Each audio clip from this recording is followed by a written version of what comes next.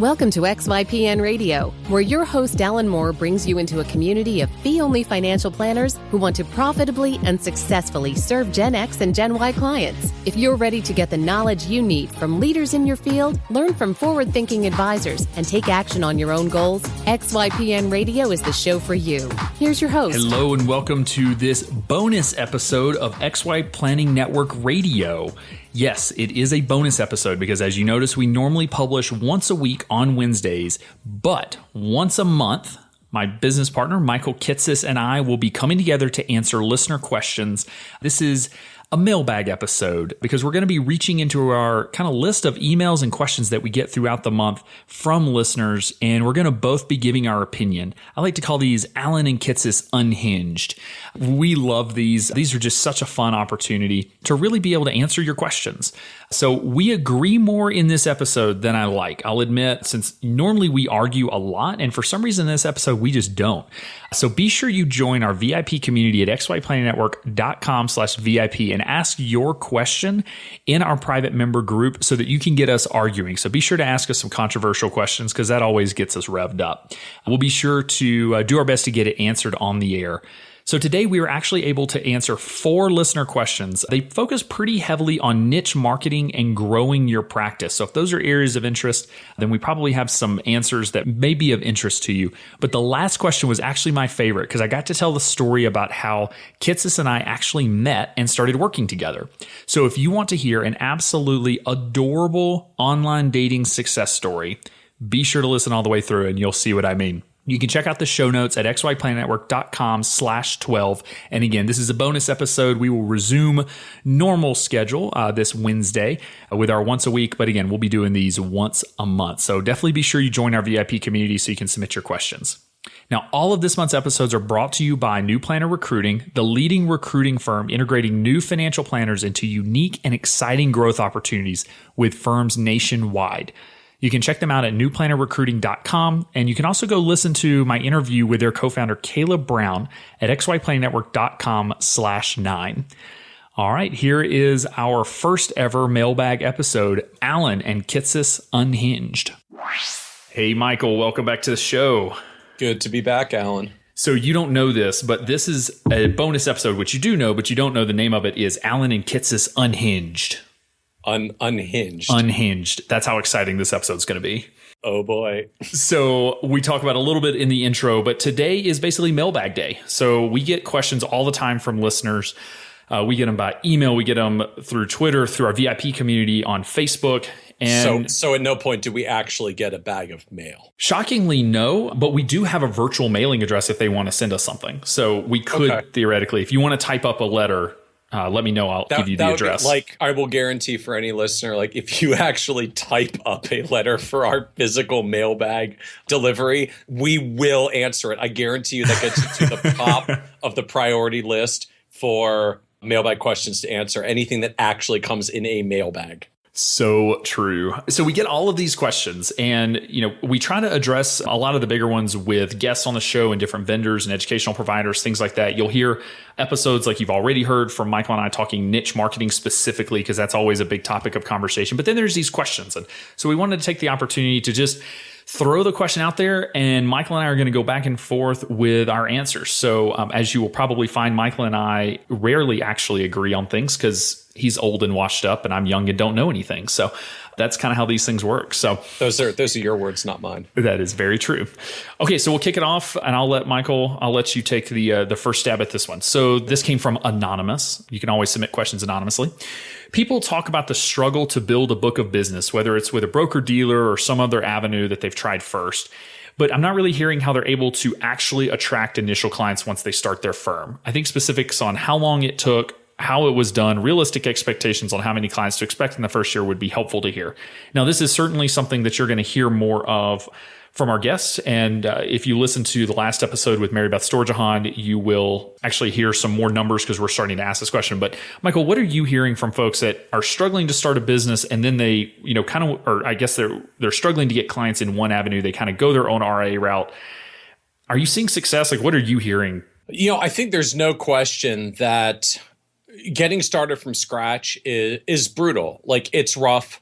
It's always been rough. I think we see a lot of successful advisors that are out there and sometimes don't even keep perspective on how hard it even was for them. Like a good advisor friend of mine, I won't name him because I don't know if he still wants the story to go out, but he was telling me a number of years ago, and this is very successful guy. He's probably clearing $500,000 a year out of his practice at this point after having grown it for 20 or 25 years. Very successful, very well respected, and was talking a little bit about what it was like for him getting started as this incredibly successful practitioner. And when he got started, he claimed the earned income tax credit for the first 2 years in his practice, right? Like the ultra low income earned income tax credit when you make no money and you've got family and you're trying to pay your bills. That's what he claimed for 2 years while he was getting started with his practice. Like, I don't think there's a question that it's rough to get started. And, I don't tell anyone going out there to launch their own practice and who's going to get started with their clients, like, I don't want to sugarcoat any of it. Like, that there is a reality of that where a lot of people only get a handful of clients their first year from sort of wherever their core focus is. Now, that being said, I think there are some ways that you can kind of turbocharge that process a little bit, particularly for people who maybe have been practicing for a while but are going out on their own. It's like they're not totally cold to the industry. They're just trying to transition to what would it be like if I ran my own practice and was responsible for this on my own. So, I think there are a couple of channels that you can leverage out of the gate. Frankly, probably the first few that are just most flat out dollar cost effective are joining networks and organizations that actually drive lead activity to you because of the nature of who they are and what they work with. So like Financial Planning Association, FPA, has some lead generation. CFP Board, if you're a CFP certificate, has some lead generation. Some narrower sites, frankly, do even better. So there's Garrett Planning Network if you want to go hourly. We obviously have ours on XY Planning Network for folks that want to serve young folks. And I know a lot of advisors that got their jumpstart simply by being a member of NAPFA, and the leads that come through NAPFA help kind of fill that initial pipeline when you don't have much going on your own. Now, frankly, to me, one of the most low-hanging fruit areas, particularly if you want to serve a younger clientele, right? So the focus for our discussion on the podcast here, if you want to serve a younger clientele in a world where, frankly, most advisors don't, right? They're higher net worth or higher minimums, or even if they're not higher minimums, they're just focused on retirees and they don't really know what to do with a 24-year-old that has maybe some income but no assets and a lot of debt, and they just don't know how to advise in that space. If you want to start getting some initial clients, like here's my number one idea for all of you, and it's ridiculously easy and it's amazing to me how few people do it. Look up 10 RIAs in your area. Virtually all of them probably focus on baby boomer retirees and or have significant minimums. Contact all of those firm owners. Tell them you want to take them out to lunch and just learn more about their practice and share a little bit more about what you do as a young, new fee-only planner getting started. And most advisors are, happy to have their ego stroked and have you take them out to lunch and, deign to deliver their wisdom on to you. And you'll ask for some good business advice and maybe you'll get some. But frankly, your real goal along the way, you want all the people that they turn away. Because the reality for a lot of firms that are very baby boomer centric and retiree centric and or built up their minimums is A, they don't even know how to handle these clients. They have no means, they have no capacity to do so. They basically have no choice but to turn them away. And B, they do want to see these people get to a good place, right? Like if someone comes to you and asks you for help and you don't know how to help them, for like most of us, just kind of how we're wired, you do at least want to try to help them get to a good place. Like, hey, I'm sorry, I can't help you, but call so-and-so is, the way that most people at least try to kind of lightly let someone down.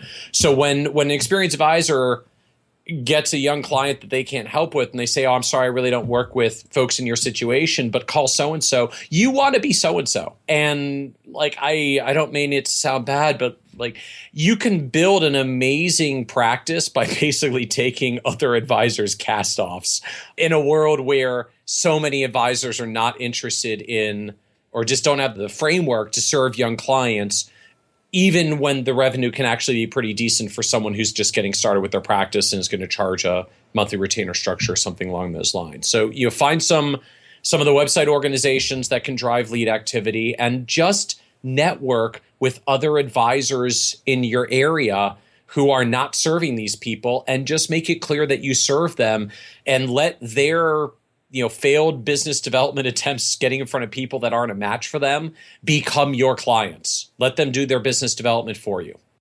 So unfortunately, we are not going to get to disagree on this one, because I completely agree with pretty much everything you just said. I built my business on the back of referrals from advisors in the Milwaukee area with $1 million minimums, or ones that worked hourly and were honestly so over capacity that they just couldn't take on new business. And so they would send me those leads. And my pitch was exactly what you're saying, which was, look, don't tell them I'm sorry you don't have enough money to work with me, because that's essentially what you're doing right now. Say, hey, we actually specialize in working with high net worth individuals, but there's a guy just down the road who loves and specializes in working with young clients. I got, let's see, in the first 12 months, I got a dozen clients from a single advisor in the area. Just say that again. So a dozen, right? So in the world, we're like, oh, I've been doing this 6 months. I've only got 3 clients. I know a couple of advisors gotten started like that. You got a dozen clients from one advisor source in a year. And just to clarify, we're not talking about like folks coming in that have no money. I mean, one of those was a $400,000 account. So the $1 million, like a really small one. Exactly. Like the $1 million minimum advisor is kind of like, can't really help them. I lose money if I work with small clients. And I'm like jumping up and down at the thought of working with a $400,000 client in my first year. So absolutely, if you want easy, low-hanging fruit, and we could probably do an entire episode, we should, just on prospecting and where to get your first wave of clients. Go talk to other advisors in your area, tell them your story, get on NAPFA.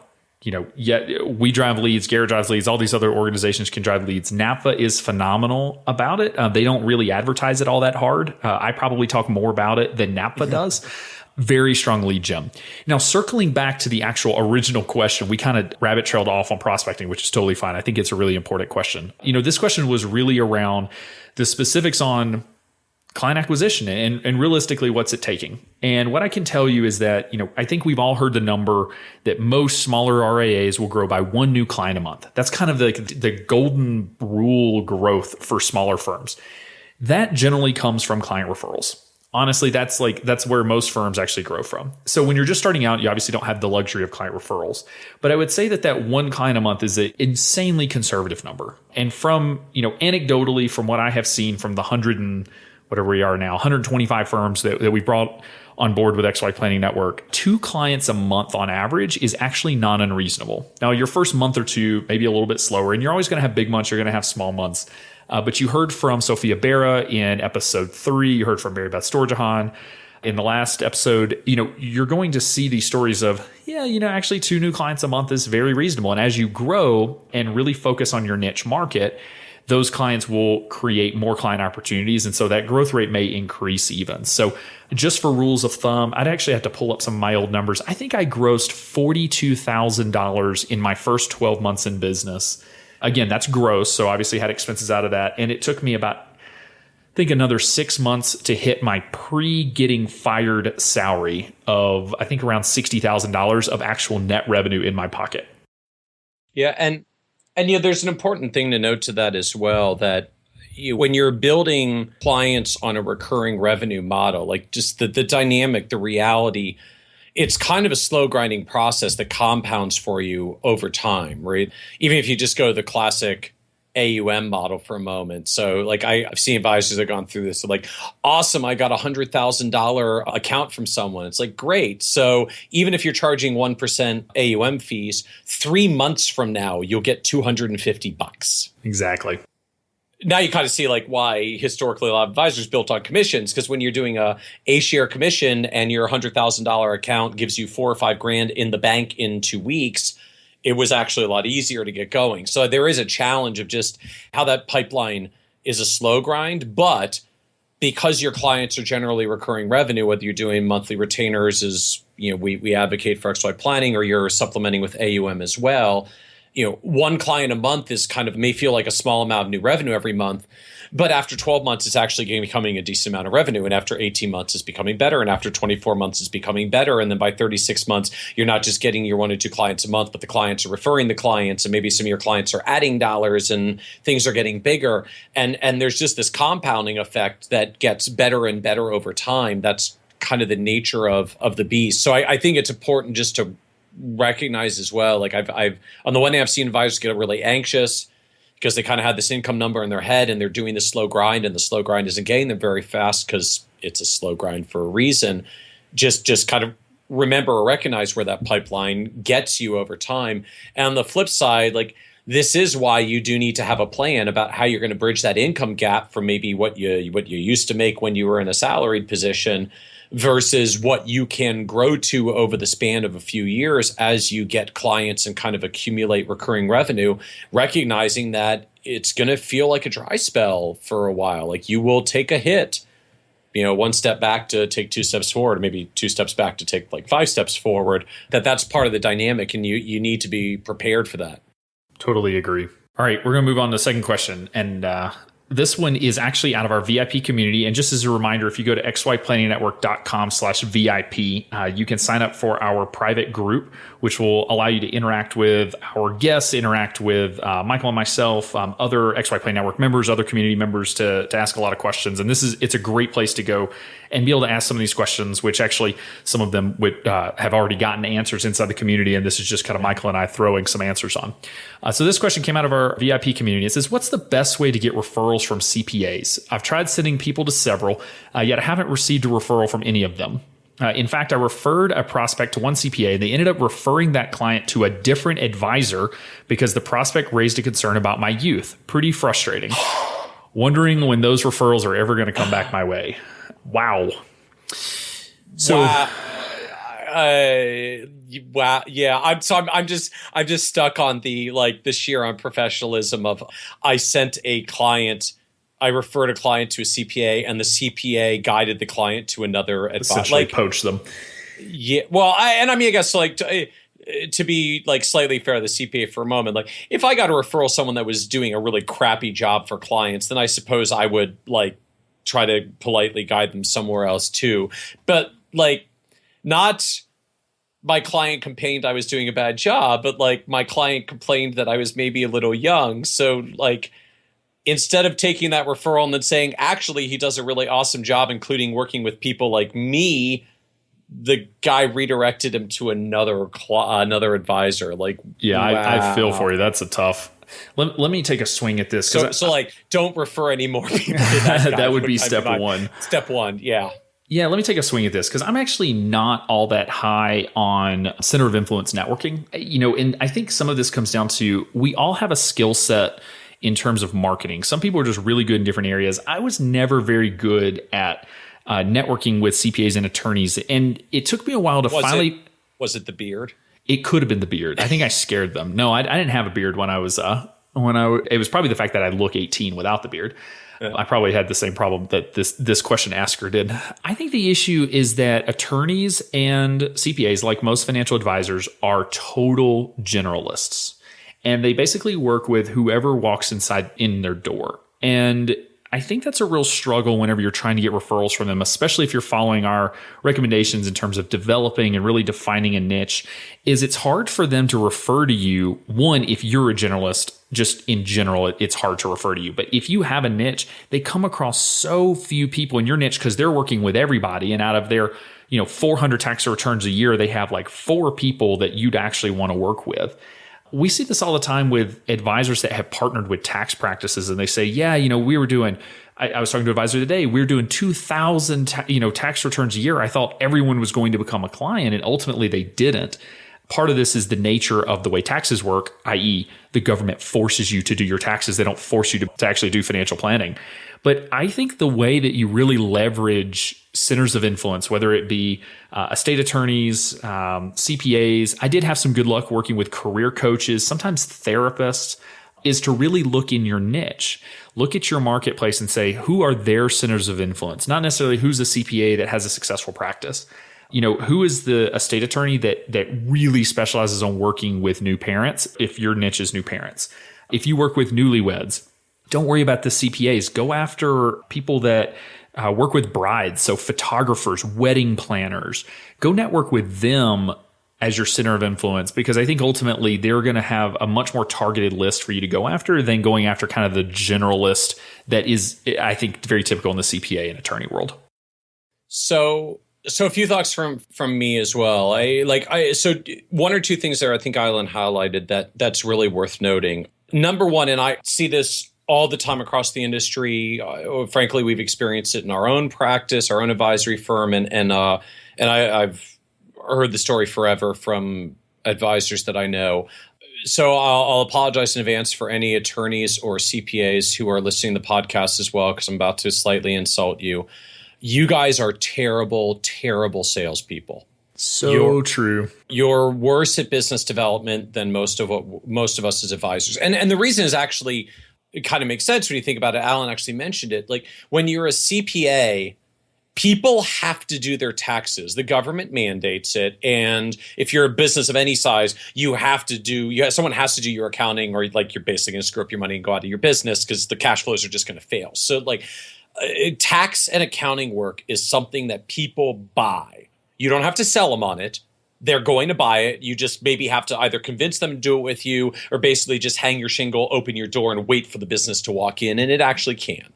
When you're on the legal side, it's pretty much the same thing, right? Like if I'm in legal trouble, I really don't have a choice. I kind of have to get a lawyer. Most problems that we have that we seek out lawyers are such significant problems that we really have no choice at this point. So the position that most attorneys and CPAs are in is they're used to the fact that business comes to them, and they've never actually had to, in many cases, really push for the business development, ask for the business, try to steer someone towards an outcome. And so I find this, they're very unskilled salespeople. So often, like, they really actually want to refer you and want to help you grow the business. And their version of a referral is, oh, well, I know a guy that can help you with that if you want. And the client's like, oh, okay, I guess I'll ask about that sometime. And that's it. Obviously, nothing's going to come from that. There was no call to action. There was no motivating factor. There was nothing that's going to get it done. And the CPA's mind is like, I was totally referring you. It's like, no, you weren't. Like, you barely mentioned that I exist. You didn't in any way, shape, or form encourage the client to even call me or ask for the client's information so that I could call them. You did nothing to facilitate this process. It was like the worst referral ever. But that's because, frankly, just a lot of accountants and attorneys are really bad salespeople. And ironically, the ones that are actually really good salespeople often start doing financial advising internal to their firm because they get really good at it and they realize it's good business for them. But the one or two other things that go with this, I think, are important to note. The first, so notwithstanding the referral of a client to a CPA who actually redirects the client to someone else, I'm wincing. When Alan read the question, because he doesn't give me the mailbag questions in advance. He likes to surprise me with them. I visibly winced at hearing that story. But so here's the but to it. I'm going to bet 1,000 to 1 that client was not in your niche in the first place. I'm going to bet it was someone outside your niche, because if it was in your niche, if your focus was, I'm a young advisor that work with young people, there's no blessed way that client would have gone to the CPA and said, I'm uncomfortable with the youth of my current advisor. What it sounds to me is you had someone that was outside of your niche that wasn't entirely comfortable with you in the first place. And unfortunately, the CPA perhaps facilitated the client leaving. But I seriously wonder if the client was going to leave anyways, right? Like clearly they had a discomfort with your youth. Maybe you could have bridged that gap if the CPA hadn't thrown you under the bus.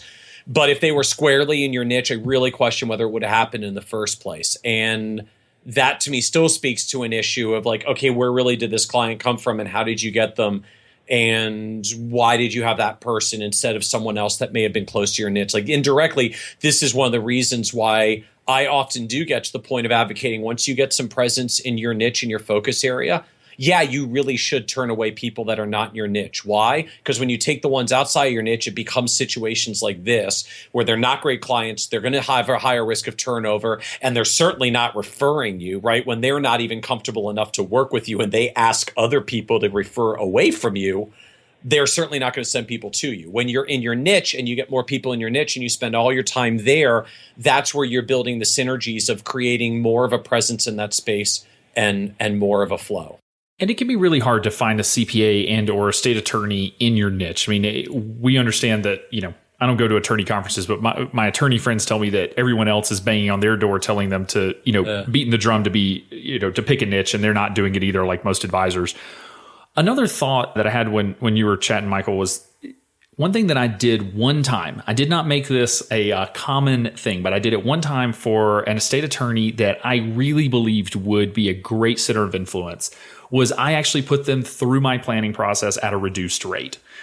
He was in my niche. He was an ideal client, young, married, had a kid, small business owner. And I focused on working with small business owners, particularly those that were just starting their business. He was just clearly in my niche, and he was probably never going to hire me. So I wasn't losing out on, I wasn't like just giving up revenue, but I just went to him and I said, hey, look, I'll do it for half the price. What if I do it for half rate? And let me show you financial planning, because I know that he had been referring business to a broker dealer insurance rep. I was in Milwaukee, take a stab at what insurance company.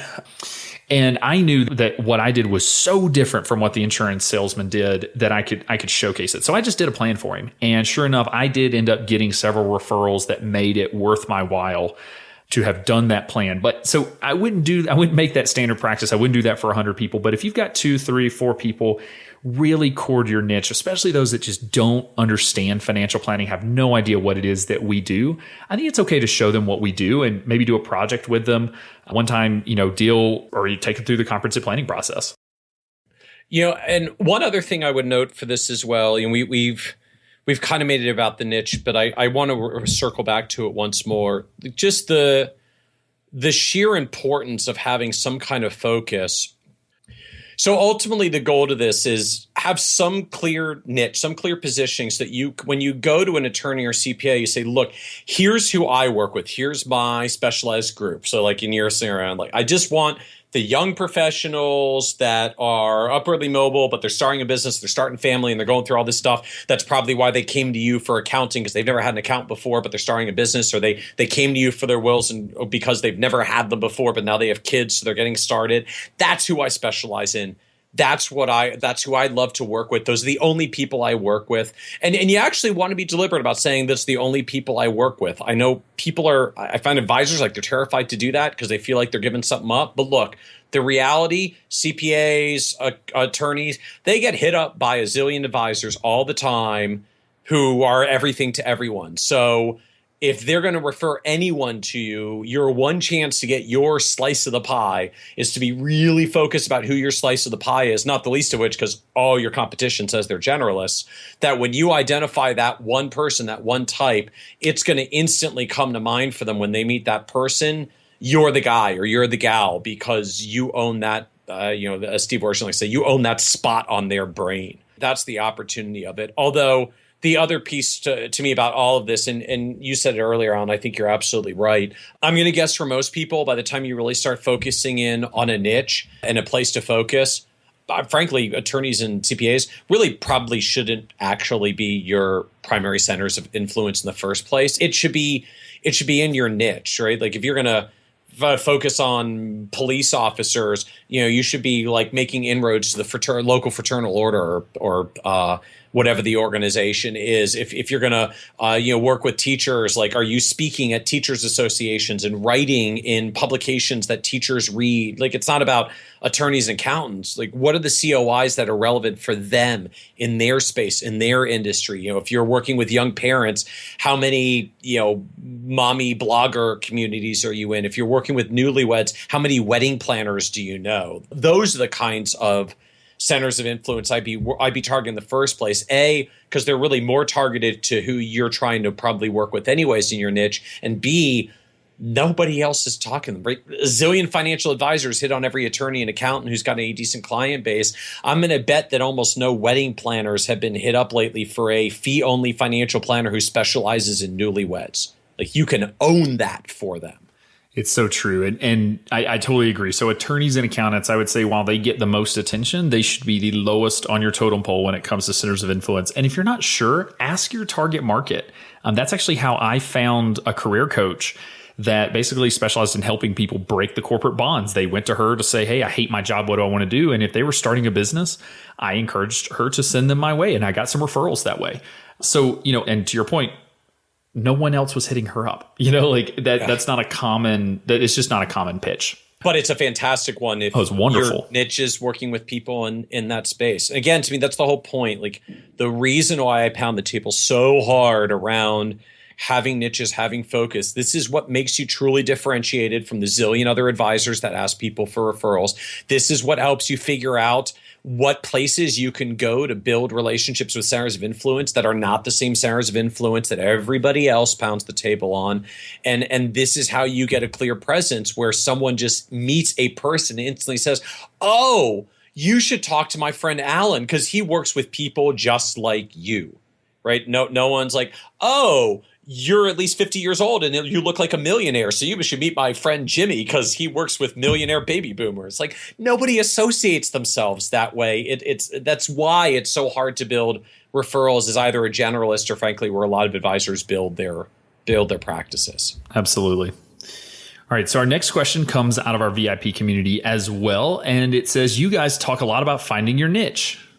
I don't know where this person gets that. I mean, it's not like we haven't been. Where did that come from? That's so random. It's like the mailbag of niche questions. And I promise we actually have one coming up that's not a niche question. And so the question says, which I think is actually great advice. But if you've been doing it a little while, but growth is still slow, what can you do to determine whether it's your chosen niche that's holding you back? Are there any specific things you would measure or test that you would run? So this is really getting at not how to choose a niche. It's once you've chosen it, what do you do? What advice do you have for them? What's your exit plan? How do you bail? So, all right. So a few thoughts to me come to mind on this. One, you say the results haven't been great. Granted, I don't know that we have the best benchmarking about what they should be. The more you're focused in a niche, the more unknown space, I'll admit, you're kind of going into about figuring out what's a quote reasonable client base. Alan throwing out a number earlier, like a client a month. And I think certainly by the time you're 6, 9, 12 months into a niche, like if you're not seeing a flow of one a month, I got to wonder, like, are you focused enough? Are you clearly positioned enough? Are you spending your time in the right places of actually focusing on the right? Like, are you focusing on newlyweds, but you're wasting your time with attorneys and accountants who have 47 other solicitations instead of going to 7 wedding planners and newlywed conventions to talk to all the vendors there who have never talked to a financial advisor like you. So I think certainly if you're not seeing something like a 1 a month pace after you're 6+ months in, I got to wonder whether something's out of whack. But honestly, my first thought isn't, all right, if you can't get to that pace, you're probably in trouble and you chose a bad niche. My worry would be, I wonder if you're really still doing all the outreach things that you could be. I wonder if you need to be, are you focusing yourself too narrowly to say like, oh, I only have to go after COIs like attorneys, accountants, and not open the door, not just wider, but frankly to COIs who would probably even be better as referral sources. So and I guess actually one other distinction I make. So there's a difference between I'm just not getting any leads, any inquiries at all, and I'm getting leads and inquiries, but they're not turning into clients. So these are two very different problems. If I'm just not getting any leads, if I'm not getting any prospects, if no one's coming in, all right, where are you marketing? Where are you communicating? Where are you going out to try to build these relationships and connections? And is there a problem there, right? Like as strong as it is ultimately where you build a niche and you get a presence and like the referrals just start flowing in because you're the person in that space, doesn't work that way from day one. Day one, you got to get out there and make yourself known as the person that owns this niche, that owns this specialization, that goes out there and gets some business done. So are you spending too much time sitting on your backside in your office instead of getting out there and meeting people? Because you still need to do that. If you got a prospecting problem, my first question is either, are you not spending the time getting out there, or are you still slipping into that terrible tendency to say like, oh, I totally specialize in newlyweds and anybody else that you could possibly ever refer to me, and basically take your niche and throw it under the bus yourself by undermining your own credibility as being an expert in this space by continuously throwing in, oh, but if you want to feed me any other crumbs, I'll take them as well. Because I see a lot of advisors do this, and you completely destroy your own credibility as an expert in your niche, right? Because true people, the brain surgeon doesn't say like, oh, I'm totally the world's leading expert brain surgeon, but if your foot hurts, I'll take a look at it too. Right? They just completely shattered your trust that they're a brain expert when they say, and I'll also look at your foot. So don't do that to yourself. Yeah. And if you want a really good discussion on this, refer back to our episode with Mary Beth Storjahan, where she talks about kind of where her first 10 or 15 clients came from, and they were all over the place. And I think that this is an area where we get so focused on one specific marketing channel and don't necessarily put ourselves out there, because it's kind of like a shotgun approach. I mean, you're going to throw a lot of stuff against the wall to see what works. I mean, I think the test, the specific question was any test you would run. I'd really be pushing out there to see, what is effective. For some niche markets, I can make an argument for Facebook ads. Other niche markets, I would tell you stay away from any paid advertising. So I think you really have to I think you have to try a lot of different things, and I think that's okay, and really get out there and understand that getting a couple clients from a couple different referral sources or a couple different sources in general is ultimately going to build into some pretty good momentum. Yeah, and and I'd second that as well. So I'd make a distinction. There's a difference between marketing to multiple channels and marketing multiple messages. So be careful about going off message and like, hey, I'll be a niche in whatever you want me to be a niche in, baby, because this does not build trust. This does not establish your credibility. This kind of undermines all of that. But to say, look, hey, I'm going to focus in newlyweds, but I actually don't have any idea what's going to work best, whether I go to wedding planners, whether I actually go to estate attorneys who are, drafting wills for young people who just got married, whether it's best to do a class for, finances for newlyweds at 3 local churches and see if that gains traction. So you might have to try multiple channels to figure out which ones are actually generating activity for you. And the other thing I'd actually encourage in this regard as well, especially when you're getting started and like if you're just shooting for 1 client a month, getting 2 in a month is like double your target rate and looks amazing on a percentage basis. But, these things can also just happen because, hey, they, signed up on the 29th, so it hit in this month and not next month. All of which means to say, be careful about just trying to measure things like final outcomes, because it's going to be kind of lumpy of just the timing of when something hits and when it doesn't. Measure what you control, and what you can control is your own personal activity. So what are you doing to get out there? If you've made a commitment, all right, this month I'm going to figure out whether I can get some traction with wedding planners. Okay, then your goal at the end of the month is you are going to see 2 wedding planners a week, bare minimum, 8 wedding planners, and you want to measure that activity. Did you get out to them? Did you see all the people that you wanted to see? Could you see even more? Likewise, when you start going down this road, the first thing you really want to be measuring is not how many clients you're getting, because that's going to be a little uneven. Measure your prospects, measure your volume, right? Because you got to get a volume of leads before some of them are going to turn into clients. So it might be a while before people turn into clients, but are you at least seeing activity in your pipeline? Are you seeing prospects come in so that eventually, hey, if I get 6 prospects a month and I close 1 out of every 4 to 6, then I got to be getting a client or 2 a month.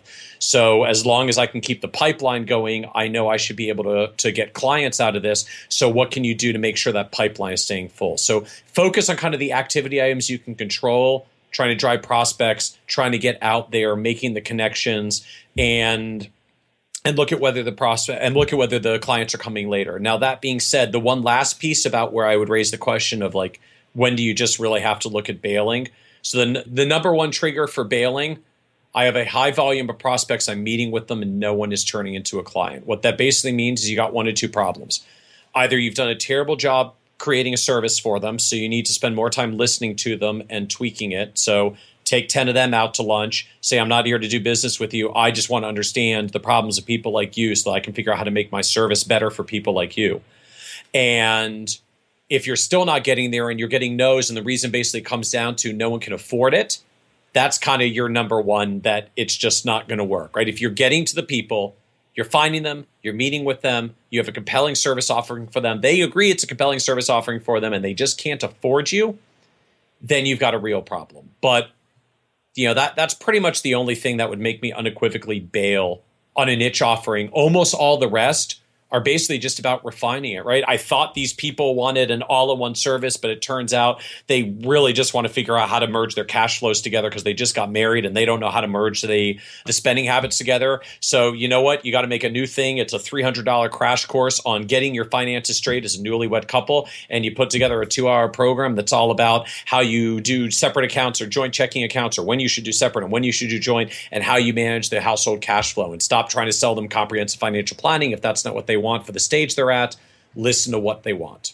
I think that's the biggest thing is you've got to be willing to pivot. And, as somebody who, when I first started my firm, I thought I really wanted to work with divorcing couples.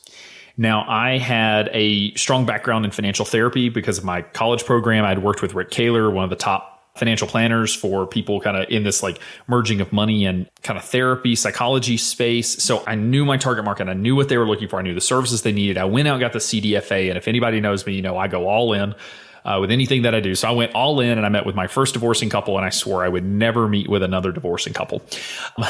So I get it. It was so stressful. I mean, Financial planning is stressful enough, much less with two people that are like fighting amongst themselves and fighting with me. There are some people that are phenomenal at that, and they should own that space, and it is not for me. And I learned that really fast. Amen. All right. So what I can tell you about that is you've got to be willing to pivot. So I think some people put their stake in the ground and they feel tied to it. Now, if you've named your company divorcingcouples.com, it makes it a little trickier to pivot. All right, then you might have to just rename. Some of these things get a little more challenging. So that's the other one. If you're starting down your niche and it's working and you're reaching the clients and you hate working with them, that is a valid reason to change. That you want to be willing to pivot. Another thing that I'll kind of add to this too is Michael and I have talked a little bit about this before is the 80-20 rule when it comes to content. So another area too that I see from highly niche folks is that they produce a lot of awesome content, but they're not necessarily out there really leveraging the content. So if you're in this boat, and there may not be very many of you, but if you're in this boat of you've got a niche, it's not really working, you're great at producing content, maybe be sure that you're spending enough time leveraging that content, that you're showing your centers of influence the content that you're producing for your niche market, that you're out, sharing with Facebook advertising or going to exhibit halls. I mean, I don't know. We can come up with any niche and kind of come down with a list of all the different pieces that you could be working on. But be sure you're really, if you're producing great content, you're out there in the media, because media loves talking to folks that have a really clearly defined niche. You'll get a lot of press just naturally. Be sure you're leveraging that. And then the final piece that I'll wrap up with is, Michael, you make a really good point about the difference between prospecting and closing. And I call this the difference between marketing and sales. So I call it prospecting versus sales. Yeah. Right. So you may be really good at marketing. You may be really good at sales. Hopefully you're good at one or the other. If not, you can hire people to help you out. But I'll say that I always found that I was much better at the kind of overall branding, overall getting the information out there than the close. And so what I did was I went through a sales training course. And so I actually went in and learned how to close business, and not one of these sleazy life insurance, scare people into buying your stuff, but true relationship sales on, hey, what are they looking for? And really listening to them and then understanding how your service can help them, and being able to relay that message. So if you're struggling that you're producing a lot of prospects, your lead pipeline is full, but you're just not closing them, a sales training course may be something that you want to consider. So we have one more question, and I think this one is hilarious, and it is anonymous and came from an email, which actually I'll add in here. We'll talk about this at the end as well. But if you have a question, you can either join our VIP community at xyplannetwork.com/VIP, or you can email us at radio@xyplanningnetwork.com and submit your question. And we're going to be doing these once a month. So definitely throw your questions at us. And so that's likewise where you can go if you want to submit this anonymously, because if you post in the Facebook community, you've kind of tied your Facebook profile to it. So exactly. The anonymous version is you send the email. Exactly. And as you've noticed, I haven't been reading names of anybody. I want to be cautious of that. But this question is, how did the two of you actually meet? Which is such a good story. Oh, our dating story. I know. So Michael and I have been dating for, so it's funny. Anytime I say my partner, Michael, I have to catch myself, because I have found that a lot of people think that I'm homosexual because they think I have a partner. And I talk about Michael, of course, a lot because, we're business partners. So no, I actually think this is a really good story. I love telling it, but I think it's also very important in terms of the power of social media. So I graduated 2000, end of 2010, started my career in 2011. And my boss at the time, Rick Kaler, was big on Twitter. And he kind of introduced me to the fact that financial advisors love Twitter. And so I started following Michael, I think wait, when was this? This was 2011. So spring so there actually weren't 11. that many people into Twitter yet, but God bless Rick. Rick said that was where all the cool kids hung out. And so I hung out there. And actually, Rick and I would be in the office together tweeting back and forth. And so I started following Michael, and Michael doing, you were doing your thing and blogging and social media and all that. And come to find out, if you go back to episode 1, XYPNetwork.com/1, you'll hear Michael's story and learn that you actually hadn't been doing it all that long when I started following you, but I thought you'd been doing it for decades. I was probably only like 6 months into Twitter myself at that point. But started following, and maybe about 6 months in, you posted a job, which actually I didn't even see the job posting. I saw it get retweeted by Nathan, his last name correctly, Nathan Gehrig. Yeah. Okay, so Nathan Gehrig actually had retweeted this. I don't even know why I remember it, and had said something about a research associate position. I'm like, well, I've got a master's degree and did a bunch of research. How about I go work for Kitces? And so Michael literally made me send him my thesis, which I don't know if you read it or not. I wanted to figure out whether you could write. Hey, it was a fair question. And so I get in, and I did a lot of really tough research projects. And the first thing Michael gave me was a newsletter on Social Security decision-making for couples. And I got run through the cheese grater, man. Oh my gosh. I realized then that, kind of like with my CDFA thing, I was like, I don't actually want this job at all. So we pivoted a little bit, but that was actually the first time you and I worked together. You lasted like 9 or 12 months, though. But if you remember, that was the only newsletter I actually helped you write. I kind of backed off and started writing the CE quizzes for you. Yes, good point. So Michael and I met on social media, and then our love life blossomed at a conference where we were hanging out, and I had these like business cards where it had a QR code that you could schedule with me online. And I showed it to you, and you were like, are you using a lot of technology in your practice? And I was like, I am. And you're like, why don't you write a blog post for me? Yeah. Biggest mistake of my career was writing a guest post for the Kitces.com blog. I still get emails about this blog post, and it was written in 2012. I was thinking May of 2013. It's been over 2 years for sure. And so it was all about the technology that I used in my practice. And I jokingly say it was the biggest mistake I ever made, because I literally had to shut my RIA down for 2 weeks while I answered emails and returned phone calls from advisors that had questions for me. And that was actually my first foray into advisor facing work. I know this is getting very long-winded, but I just want to kind of rabbit trail people around like how some of this works. So I wrote that article. Michael and I went back and forth on some other things. And then we kind of started tossing around this idea of helping advisors start firms, because I was getting a ton of questions. You were getting a ton of questions. Yep. And kind of out of that came this discussion around what eventually became XY Planning Network. So, we basically have been internet dating now for 4 years, which is a long 4.5 years. Yeah. I feel like we should have an anniversary. It's a long relationship. We should. I should go back and figure out like when I started following you. That's got to be a data point we can find. Probably. It'll be like April. Yeah. So April of 2011. So for anybody that is curious, that is how our love blossomed and bloomed. And here we are as the co-founders of the XY Planning Network, and always having fun while I try to do stuff and Michael keeps telling me no, because that is primarily our relationship. Anything you want to add to my dating story? I don't know. I think you covered it really well. I don't know that I really have much of anything to add to it. Nothing else horribly embarrassing to add to my story. So, well, that is our last question for today. We were joking, or I was laughing that, we only have 4 questions. And then I realized Michael and I could literally talk all day between the two of us about each of these. So we figured we could fill the time. So again, we plan to do these once a month. I think this is pretty unhinged. I'm going to name it. Michael says CPAs and attorneys suck at marketing. That's going to be the title. No. I said they suck at selling. There we go. They suck at selling. Let's. Some of them are actually pretty good at marketing, but all the more that just means they get a line of people coming up who want to buy their services and they say yes. And just that whole process of like, how do you convince someone the value of an ambiguous, intangible service that they've never consumed before, which is most people's experience of financial planning, which is that they have no experience, is very different than what most attorneys and accountants do. It's like, oh, I got to get a will. I got to get my books done. I got to get my tax return done. And just, tax and legal services are something that people buy. Financial planning is something that is sold. And yeah, most attorneys and accountants I find do not have a lot of sales experience. Yes, what you're hearing is Michael backpedaling quickly. I'm not backpedaling. I'm saying they're terrible salespeople. You can quote me on that. Just, you don't have to throw them under the marketing bus. Some of them are good marketers. Let's go a little more broad. Let's just say Kitces says you suck at marketing in quotes, and then that'll draw people in because they'll all think we're insulting everybody when it's just the CPAs.